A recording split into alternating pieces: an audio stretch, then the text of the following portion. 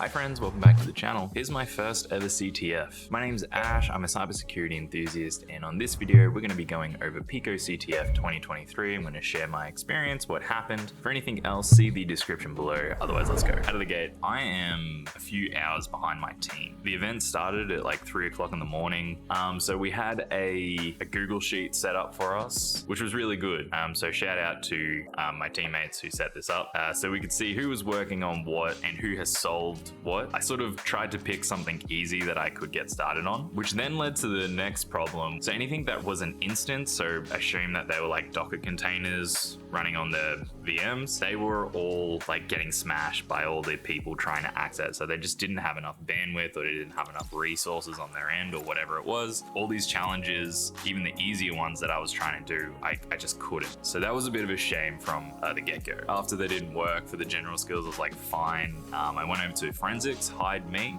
and I thought, look, I don't know anything about forensics, but I'm just gonna try. So downloaded the files, and I noticed that the image name that I had was AT-bash, and that caught my attention. So I looked it up, and it turned out that it was a cipher of some sort. So that was good. So yeah, it was a case of trying to find out more information about this cipher. It then led to this Gravity Falls themed website. It was just really a case of researching this cipher and getting my head around it, and then going back to some basic forensics techniques. So the tools I used was like file and string and XXD and binwalk, just so we could see what was in there. And it turned out there was a hidden message in there, and that's when I solved my first CTF challenge in here. The string that was hidden in there ended up being used for this AT-bash cipher. So it was great that I figured out what cipher it was being used, and then I solved my first challenge, which I was really stoked about. No write-ups to go off and look into,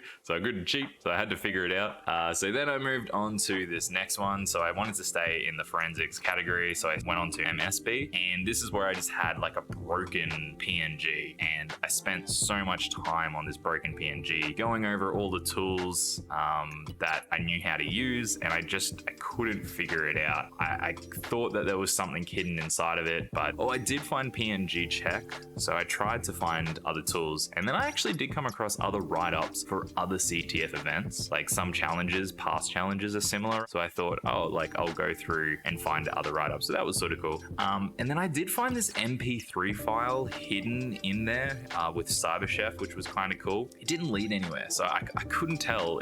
Sometimes it's so hard being in the dark, because I was like, is this a real thing, or is this just a mistake? So yeah, I was trying to use Audacity, so maybe there was something hidden in the waveforms there, but unfortunately I just really couldn't. So yeah, just going through so many forums, trying to find other apps of how I can see if there's any more compressed data. Just searching through this PNG. So yeah, it was a lot going through that, and eventually I was just like, yeah, no, I think I'm out of my depth here with MSB, which was a real shame. So I need to go back and figure that out. Then I went over to Hide Me, which was another forensics, and I think that this one ended up being a little bit easier. So I just go through the same routine of tools, and then I ended up finding an image in there, which then I could extract out the flag, which was really cool. So I was really stoked, because that took way less time than the MSB. So I was like, okay, cool, maybe I can do CTFs after all. So then that means I had 2 done. Instances still weren't working, which was a real shame. I think I ended up having a break after this. Yeah, so I think it's either later in the day or maybe it's day 2, and I sort of can't continue doing the instances, which was a bit of a shame.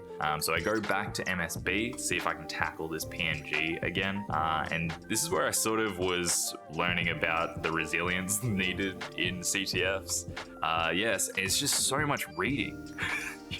Then I came up against file carving through the hex of the file to try and get out certain parts, and I was like, man, it's just too advanced for me. And then you start questioning, am I even going in the right direction? I've found when I do CTFs that I overcomplicate things, and then I've gone down the wrong path. So that's, I think, what I ended up really doing here, is I think I may have been overcomplicating it. I actually would be interested to go through a write-up if there are available yet and figure out exactly what the hell was I doing in the MSB. Honestly, like here, I'm just trying anything. And then PicoCTF did go down like their website. So they were trying on the back end to fix up whatever issue was going on with the instances. Being my first CTF, I was sort of like, oh, maybe this is common in CTFs. Generally speaking, from what other people are saying, is it's not that common. PicoCTF has a bigger player base, so there was just more people than they were expecting right around the world. It's got a pretty big brand, so a lot of schools, a lot of students are all going in, but hey, that's just what it was. Yeah, so next up, I was just straight up trying to get on the instances, seeing if they could work, and yeah, turns out that they did, so that was cool. So we had instances back for a little while anyway, so it was just straight over to trying to figure out how I can take advantage of a Docker container and get a flag. So at this point, I have solved hide me, chrono, and permissions. So I'm 3 down. Feeling pretty confident, maybe even 4. So last for the general skills, which is what I really wanted to do. There were a few more difficult ones, like special. Oh, special was a real pain. Had this, in quotations, special shell that you were like SSH'd into or connected to. Just so bizarre. Yeah, so this took a long time to sort of figure out. Honestly, I just tried random characters after a while, and I realized that the random characters could break the shell enough that I could actually start doing something with it. So it was just a series of trying silly things, and just using the up arrows, which puts in those random characters like the caret and the square brackets. That was enough that I could start to then pipe through and start getting something. And here I can start to see who I'm logged in as and what shell they actually have. And once I found the shell, which was a Python script, then I could start to understand, okay, how can I actually get around this shell? So I ended up copying it out and putting it into a Sublime file locally.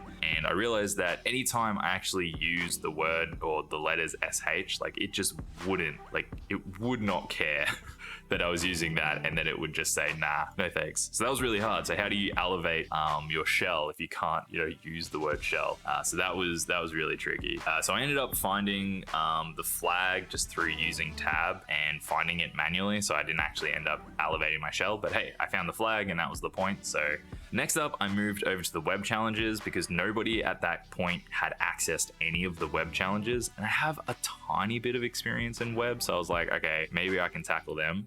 So the first one had a login page and I just started looking at requests with Burp, and I ended up finding it fairly quickly, which was really cool. So that really boosted my confidence. Next up was another web request. It was using regex. So I ended up using CyberChef to build out a regex to find and match pattern of the flag that we can see here. And yeah, that gave her the flag. So I was like, sweet, I'm on a roll. So yeah, I just stuck with the web, and then we went on to another vulnerability. And there was a really helpful guide on Portswigger for this vulnerability.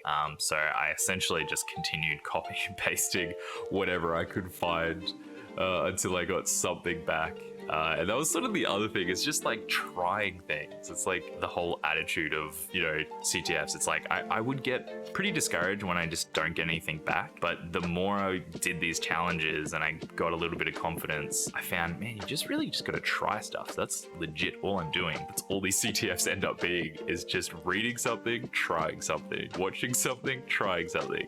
And it's just a series of cases of like, even when you don't fully understand it, that you can still get the flag, like I just did, which I ended up through the requests as I could actually read the Etsy file, and in the Etsy file, I think it was where the flag was hidden, which I was like, oh, sick. I did get, I think I got this SQL one, which was a bit tricky. I really don't know SQL. I think it was like and or ended up working, but yeah, I just sort of kept trying things too. Yeah, no, I definitely did get the flag in the end, and it was just using SQL injection, which I don't have that much experience in. So it was a real case of so much trial and error and just trying to get things. So it ended up being pretty easy, just pulling out the password, pulling out the flag, and then I ended up getting it just using like basic SQLi. I didn't know about it until I did it. So yeah, I learned so much. And I think I think that's then my last challenge. I think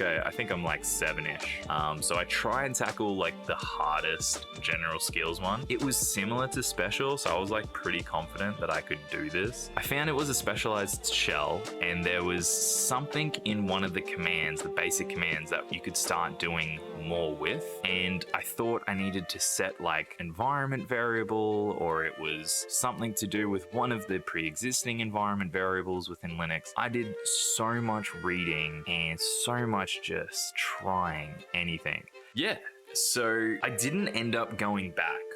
I lost motivation. You get busy with work and life and other things. So I sort of realized, I think that's why CTFs end up being like over a weekend in a short period of time. Everybody just goes hard on it for, 48, 36 hours, and then that's sort of it. I was like, I think the CTF like format makes more sense because this is for beginners and, people at school, and that it's like going over a longer period of time makes a lot of sense. So yeah, that was my experience. I hope that this was sort of insightful. I hope that you gained some confidence in just giving a CTF a go, because I gotta be honest, sort of always put off doing CTFs because I just thought I didn't know enough. Turns out that's a good thing to not know enough and just to give it a go, because doing the CTFs is how we actually learn. So yeah, if you are struggling with the idea of starting your first live CTF, if you can learn from me, just give it a go. Then I feel like I've done my job here, and I hope that you guys enjoyed this. Enough rambling. Thank you so much for watching until the end. Feel free to do all the YouTube stuff. Up on the screen, I've got a recommended video for you, which is my previous Try Hack Me write-up of the Room Overpass. Definitely go check that out. Otherwise, thanks for tuning in, and I will catch you in the next one.